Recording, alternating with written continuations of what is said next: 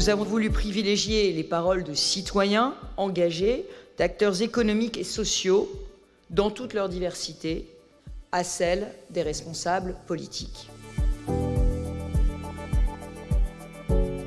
La voix des jeunes mérite d'être entendue. Nous n'attendons plus que les autres fassent à notre place, car nous savons dire « si ce n'est pas moi, qui le fera ?» Nous avons donc tout naturellement installé des poubelles à déchets recyclables dans chaque salle de classe. Cela permet aussi et avant tout de responsabiliser les élèves en rendant plus visible le gaspillage alimentaire.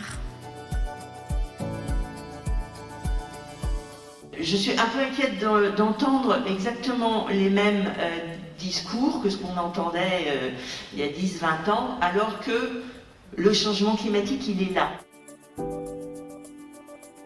Alors c'est fondamental de collaborer avec les pouvoirs publics parce que c'est les pouvoirs publics et les pouvoirs politiques qui décident de ce qu'on va faire. Donc amener au pouvoir politique la preuve que la protection de l'environnement est rentable et des centaines de solutions qui peuvent être mises en place, ça fait vraiment bouger les choses.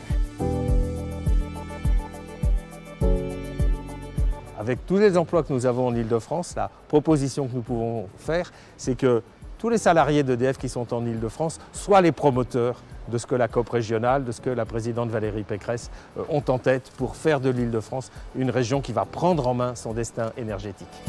On voit bien que la santé devient un des premiers domaines qui est impacté par ces crises climatiques.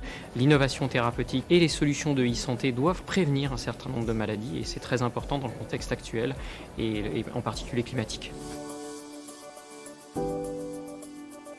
On ne peut pas demander aux citoyens, aux salariés, de choisir entre leur fin du mois et la fin du monde. Les deux sont importants. En conjuguant les urgences sociales et les urgences climatiques, on a plus d'écoute de la part des citoyens et en même temps, en leur faisant confiance, on règle beaucoup de problèmes dans les deux domaines. Voilà, bravo.